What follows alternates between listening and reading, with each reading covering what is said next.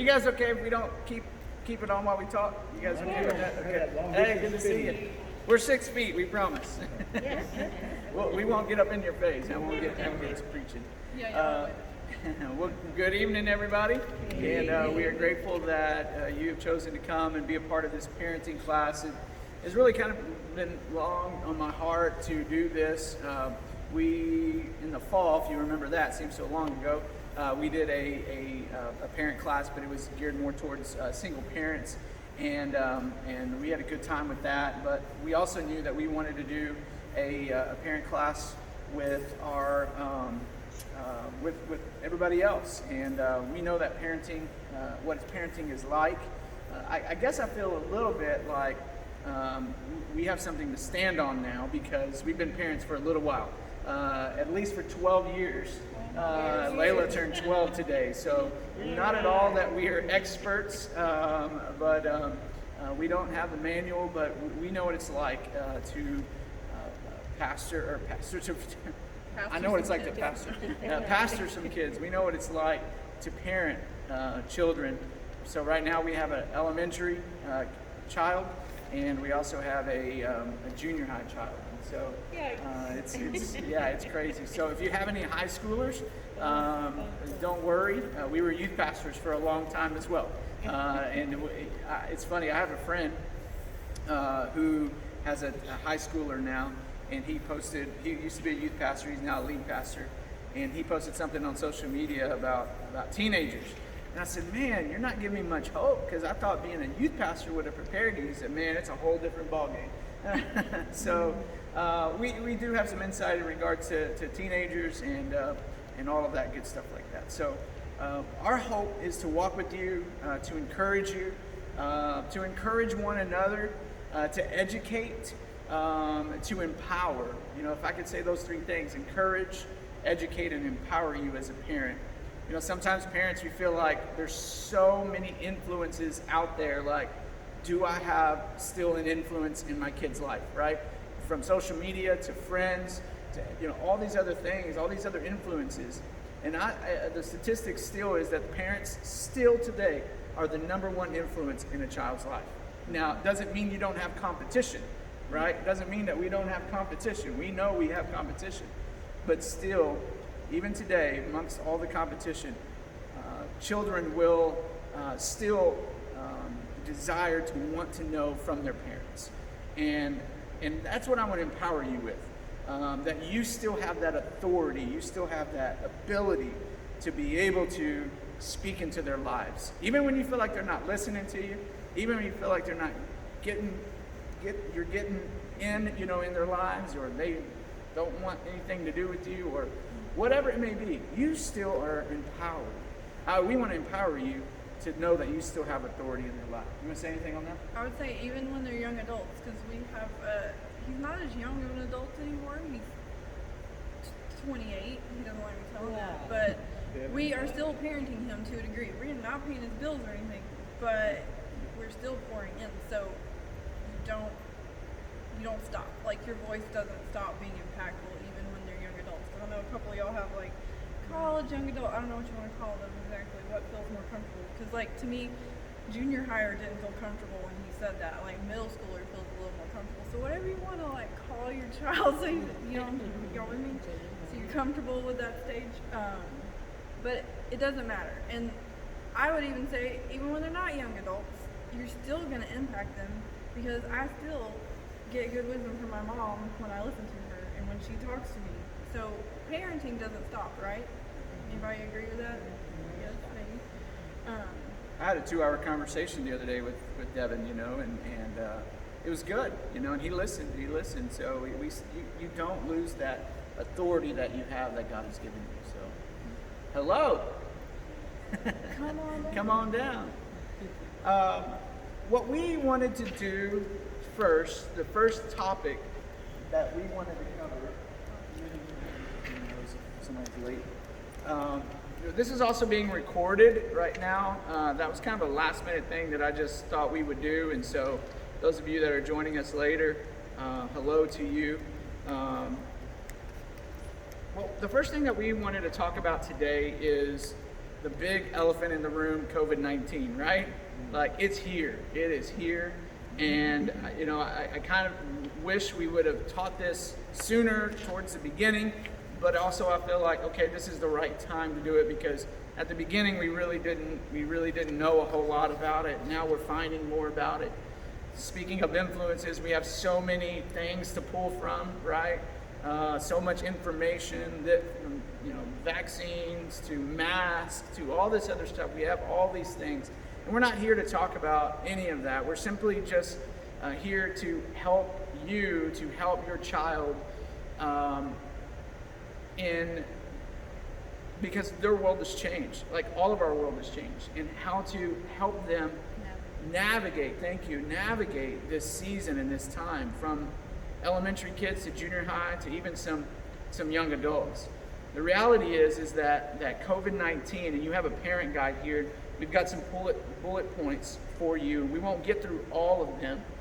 This is a resource called Axis, AXIS, and what I'll do is I'll send you some information of a newsletter, a weekly newsletter that they will send you. There's actually two options. One is a free newsletter. It's called the Cultural Translator, and each week they'll send you an email of like stuff that's up and coming or stuff that's happening. If there's a YouTube video or a TikTok video that's gone viral, they're on it, and they'll say this is what this means and whatever. And so it's an email, and it's really good. There's a subscription you can also pay that goes a little bit deeper and talks. That one's called the Cultural, I can't remember, Premium or something like that. I can't remember what it's called, but it gives you just a little more access, towards that.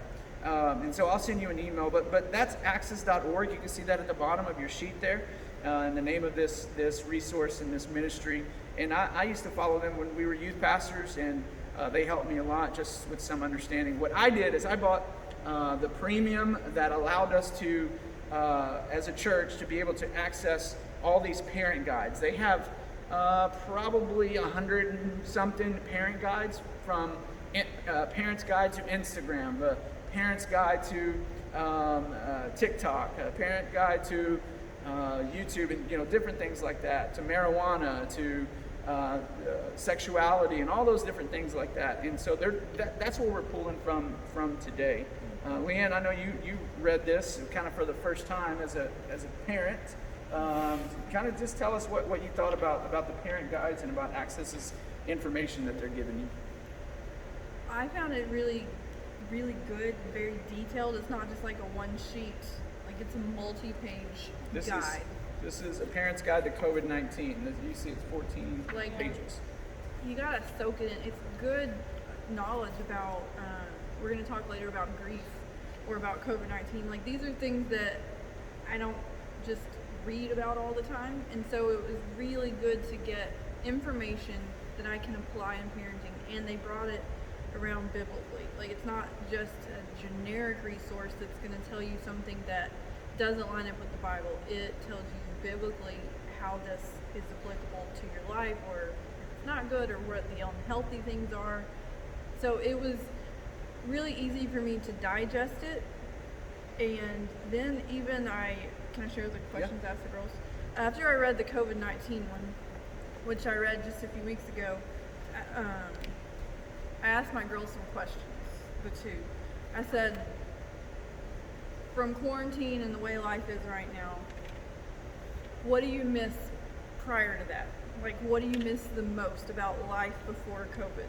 And Lacey, 9 years old, said, being social but not socially distancing, like real socializing. And then Layla, who just turned 12, said being mask free. To her, the biggest problem is wearing a mask while doing life. Because it talked about like how it talked through having conversations with your children about how they're being affected by it, not making assumptions and stuff. And then I asked them, what are your biggest stressors because of COVID-19? Layla said the mask, because she's really bothered, and Lacey said all of it. But it gave me, after reading it as a parent and thinking about my kids, it gave me good, like, talking points that I hadn't really just thought of on my own, like to ask them that question, because we've been just doing life together, but we don't have the same perspective. So it was good in that regard. So what we're going to do at the end, we're going to give you this list of, this is a resource from Access discussion questions that you could ask your child at the end. Some of them are like, do you understand what COVID-19 is and how it spreads? Like, just have an understanding. Do you really get what it is, you know? How do we flatten the curve, and why is social distancing important for us to participate in? You know, again, you could take it or leave it, whether, you know, you agree with this or not, you know, as far as that portion. How has your life changed because of the coronavirus? These are just questions. Like, you don't know what kind of questions your kids are having, and the conversation that it can open up for them. So everybody good with that? So we thought we would start with this. We're going to talk about a parent's guide to COVID-19. Then I'll send you the packet in an email as well, and you can read through it. We're just going to get through 3 portions that we felt like we wanted to share with today. The first portion of that is COVID-19, coronavirus is caused 3 things in our society, 3 crises. It's caused a health crisis, it's caused a social crisis, and it's caused a financial crisis. Those 3 things. You know, if a hurricane came, then maybe we would just have one of them, financial crisis. Maybe not so much health, right? I mean, you want to be careful, whatever, and make sure, you know, that mosquitoes don't get you, whatever else, or people, their hygiene portion of it. But this is three-pronged. We're obviously dealing with the health issue, and that can be a little frightening, a little scary, a little worrisome, you know, like, okay, you know, we don't want to get it. But also the social aspect. We have to stay distanced from people, 6 feet apart, you know. That's not how we were made to be, right? We weren't made to be, you know, when you see somebody, you want to hug them, you want to give them a high five, you want to be, you'd be okay even being next to them, you know. And so there's that social aspect of it, and not only just even that, but also like the social differences of beliefs that people have with it, right? It's like, oh, we don't need to wear masks, you know, or no, we need to do this. Like, there's so many differences. It causes people to separate a little bit and go, okay, well, if you believe this and I believe this, then, you know, how can we be friends, you know, that kind of thing. And then obviously the financial crisis of it, how it's affected you and how it's affected your children. But the reality is that even though that these 3 things have come at us, the reality is that we know that God still sits on the throne. We know that we can still go to a God who never changes. He's not in crisis mode. God's not up there in heaven going, oh my goodness, what are we going to do? He has the answer. And because of that, what we want to share with our children is that you can take every bit of confusion and every bit of hurt, and you can take that to God. You as a parent don't always have to have the answer. You know, sometimes it's okay to say, you know, honey or baby or sweetie or whatever you want to call them, I just don't know, but let's pray about it. Let's take it to God. Let's see what God has something to say about that. Leanne's going to talk a little bit about why, like, we live in this broken world and different things like that. So if you take off from there. The second bullet point on this recap says, we live in a broken world with illness and disease, but we don't need to be afraid of death or overwhelmed by things we can't control. The first thing I see there is we live in a broken world. Like, why is it broken? I think we know, but if we really think about it, you know, we live in a sinful world. It's broken because sin came into the world. COVID-19 could not have lived in the Garden of Eden as God first designed it, right? Because sin had not come yet. But here we are. Sin is in the world and it's broken. And so because of that brokenness, we're dealing with stuff, junk, like just that nobody wants to deal with. But we've been devastated by long-lasting effects of the fall. From that one act in the Garden of Eve, like, it's changed so many things in our life. And we're seeing that today, even in COVID-19. And I think that's not interesting, but like, have we thought about it that way? Like, it's not like, you know, so many reasons we could try to think of why did this come, but the very basic one is that we're in a fallen world that we one day won't be in if we live for Christ, but right now we're guaranteed some troubles, and this is a big one. You know, a world with illness and death. Since the beginning, we've tried to cover up our sin. That's what Adam and Eve did, right? They tried to cover it up like we could hide anything from God. But we can't outrun the effects of the fall. And so here we are in 2020, supposed to be our year, and we can't outrun the effects of that fall. And so when we keep that in mind and that truth, because it is a truth, then it can help us in how we guide our kids in living a life contrary to the fall, which is in oneness with the Lord. Does that make sense? I said it backwards. Yeah. Does it make sense?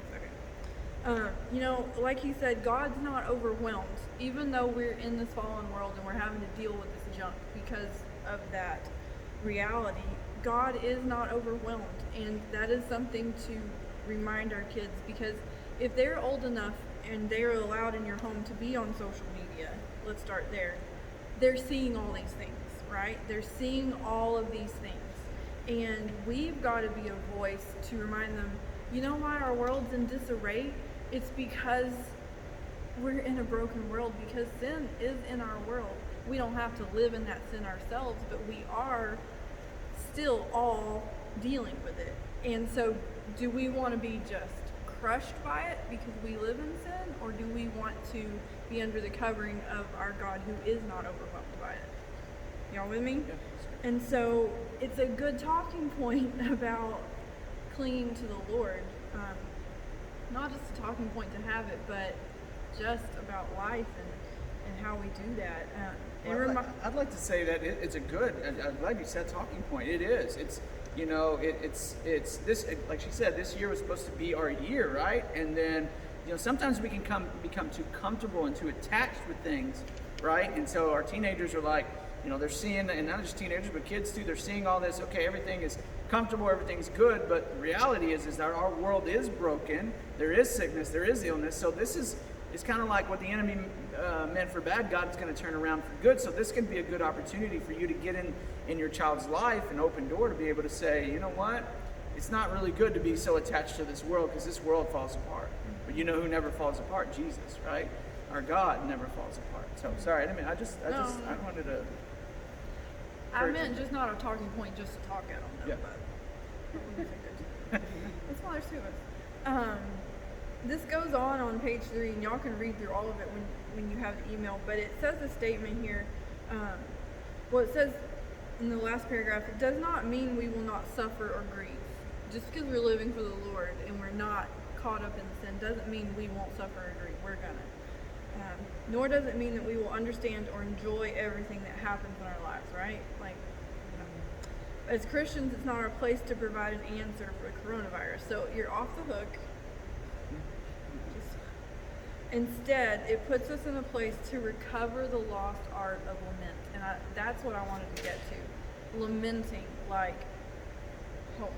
Yeah, lamenting is a deep sorrow. Yes, it's almost like a time of, when I think of lamenting, I think of, and maybe it doesn't have to be this dramatic, maybe it's because I am dramatic that I think this way, but I think of crying out to God in prayer of true sorrow, like he said, over what is happening. Even though we did not cause it, we are living in it.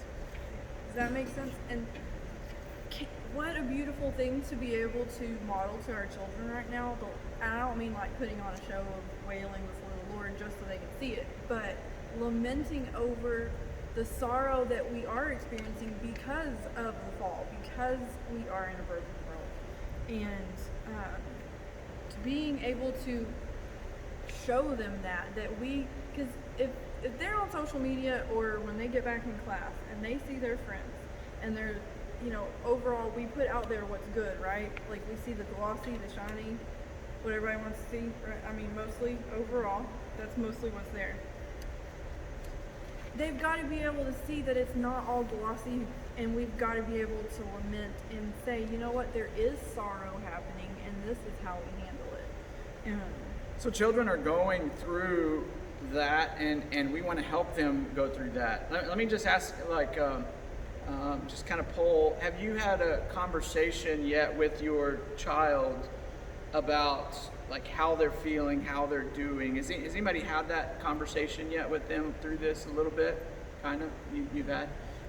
What has that been? Have you seen? And we are recording this, so I don't want you to be able to say their stuff. But have you seen them being open, or have they been a little bit closed to it? Those of you wherever you guys have been. Caleb's really open. People might be closed a little bit. So you've got an open and you've got a closed one. What about you? very open. Pretty open? Okay, good. Very forward. Good. The reality is that, you know, we've all suffered through this time, you know, and we want to help you in kind of identifying some things to look for in your child, to be able to say, okay, why are they acting a little funny, or have they processed this? Have they processed that? Remember, I preached Sunday about the reality of Jesus and his humanity, and how when he lost John the Baptist, his cousin, he went and wanted to be alone. I preached that on Sunday, and he showed his humanity in that. You know, he showed just the desire to like just be human, right?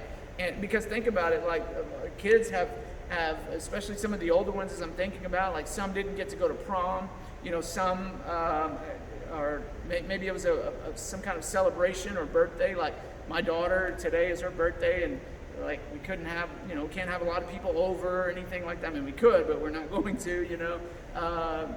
We can't go out to eat somewhere in a restaurant, and that's sad for a kid, you know, where every year we're used to, I mean, Brittany is you know, always with us, and we always go eat somewhere together, and we have a good time, but we can't do that, you know, and so it's a change, it's a shock to a lot of these, and a lot of kids, you know, maybe angry, they may be frustrated, and, you know, all those things like that, and we just simply want to today, our goal is to help you in pointing out like what may be some signs to that, and also some of this is we're not gonna get to all of it, but some of it you're gonna get to read when we send you this in an email. One thing that we thought we would talk about today is the reality of death, and the reason why we wanted to share with that is because you know, coronavirus, COVID-19 at one point seemed very distant, right? Like it was not in the United States, and it was in China, and it started moving its way, and it was kind of distant. And then when it even made it over here, we didn't know anybody really in our circle who got it, right? It was like in New York or California, and that was a little bit of us. We were separated from it, and so it didn't affect us. But now, I mean, raising your hands, how many of you know somebody who has it, or somebody that knows somebody that has it, right?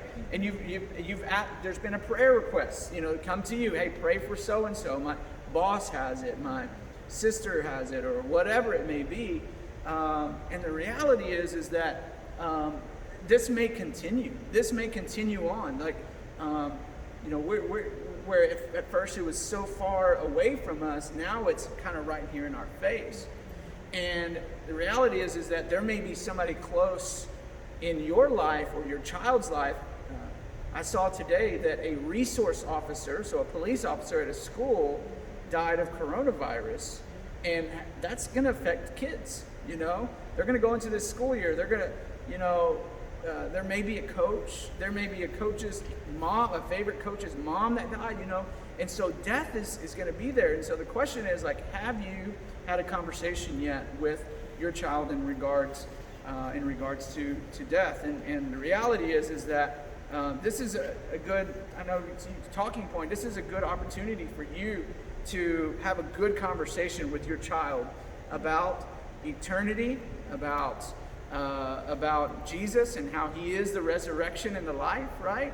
And the reality that, you know, kids today, like, how many of you remember when you were young, you were like, I'm never gonna die, right? You're like, I can do anything. You've seemed invincible, right? Whatever, and you kind of get this thing. And the reality is that death, you know, can come to us. And yeah, Can I say yeah. something? Sorry. And when we think about it, how they consume it digitally, That's right. for those who have social media, or they come read over your shoulder maybe, like I was trying to do, and they read a headline about how many deaths, like, never in my life that I can remember have numbers of deaths been reported so in our face as now, right? Yeah. I mean, yes, we've heard about how many flu deaths or how many deaths in automobile accidents when they're telling you to wear your seatbelt, but that's like a pretty small number for a year that they tend to tell you, right? Compared to what we're hearing now. Any death is too many, but it's not apples to apples to what we were used to hearing in a report, like on the highway, like this many deaths, buckle your seatbelt. And that's tragic, but we're seeing daily totals now, and our kids are seeing these numbers. And so it's both personal and just so repetitive. Like, and even so, it's just another thing. Like, it's another thing that can kill somebody, right? Like, I get it, flu, car accidents, but now something else. Like, there's another added concern, you know, that's there.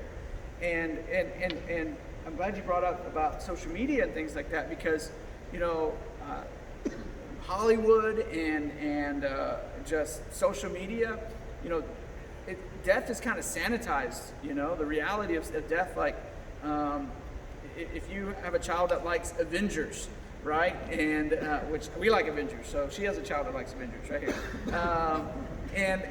But I remember the Avengers, not the Endgame one, but the one before it, which Infinity War, when over half of the superheroes died.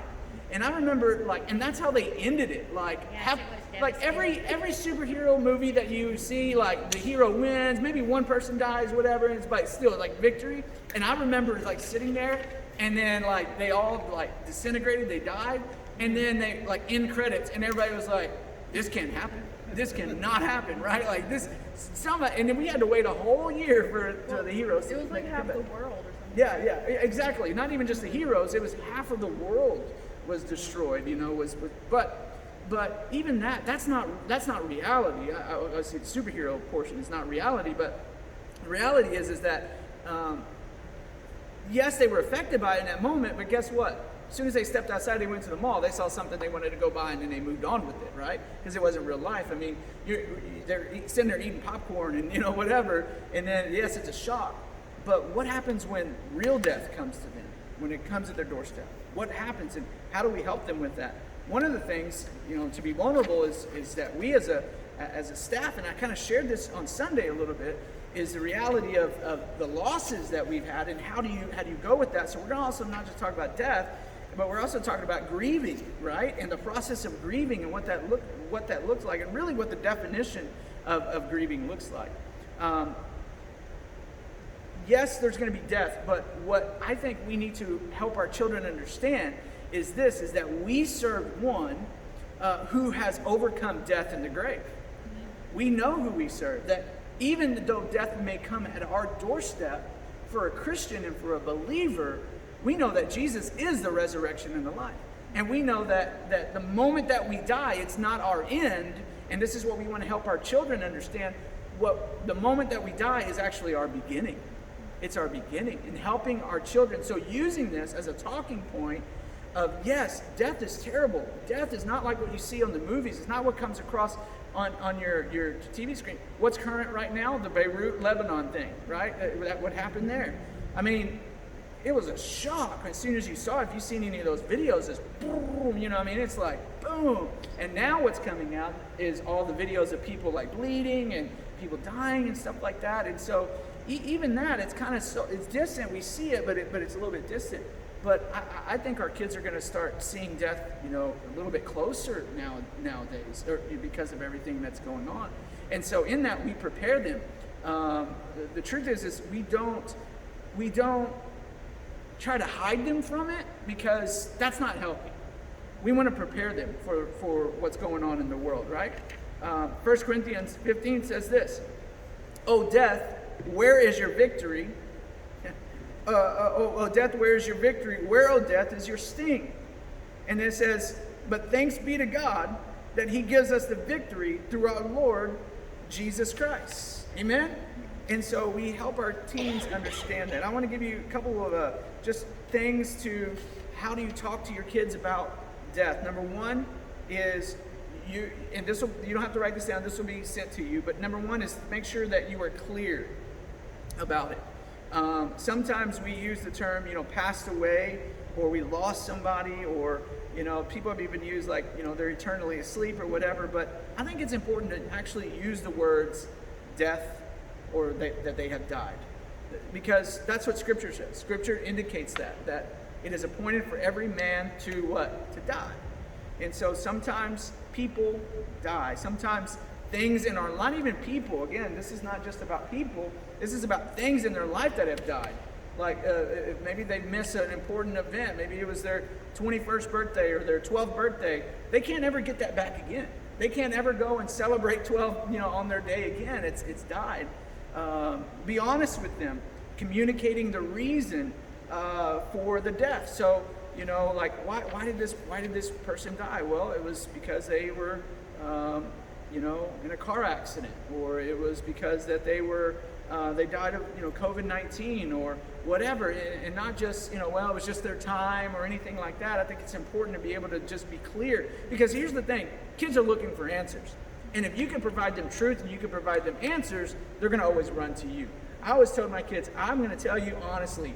I talk very candidly to our girls, especially about when at age appropriate, but about body parts and about sexuality and different things like that. I've always had. Leanne's always kind of the one who's like, ooh, don't say that. Don't tell my baby. Yeah, don't say your babies. But I'm not telling them when they're like 2 years old. But as they grow up, we let them know, because I tell them, if you're gonna look for answers somewhere, and I want to be the one to tell you what that is if you saw something. And so you also should clarify. Do you understand what happened? Do you know why they died? That kind of thing. For those of you who have maybe some younger kids, or those of you who have older ones have been through this, you remember when you had to go through that process of when their pet died. You remember that? That was kind of tough, right? But that's oftentimes for kids, that's their first introduction to death, and that's their first exposure. The reality is that we want to help kids vocalize how they're feeling. This opens up doors. This is, don't just always assume that your kid's knows how to deal with it just because they see it all the time, because it's on the screen, if it's on Facebook, if whatever. Don't just assume that. And kids are looking for places to express themselves, and I just say that you parents are going to be the ones that they want to talk to, even though when they say, whatever they see on there. You said you had one that's kind of shut off. I would still, sometimes it's not always maybe in that moment, but maybe you can say, well, we're going to talk about this again later, and maybe it's a different. Hey, let's go out to ice cream. Maybe it's the environment, something else.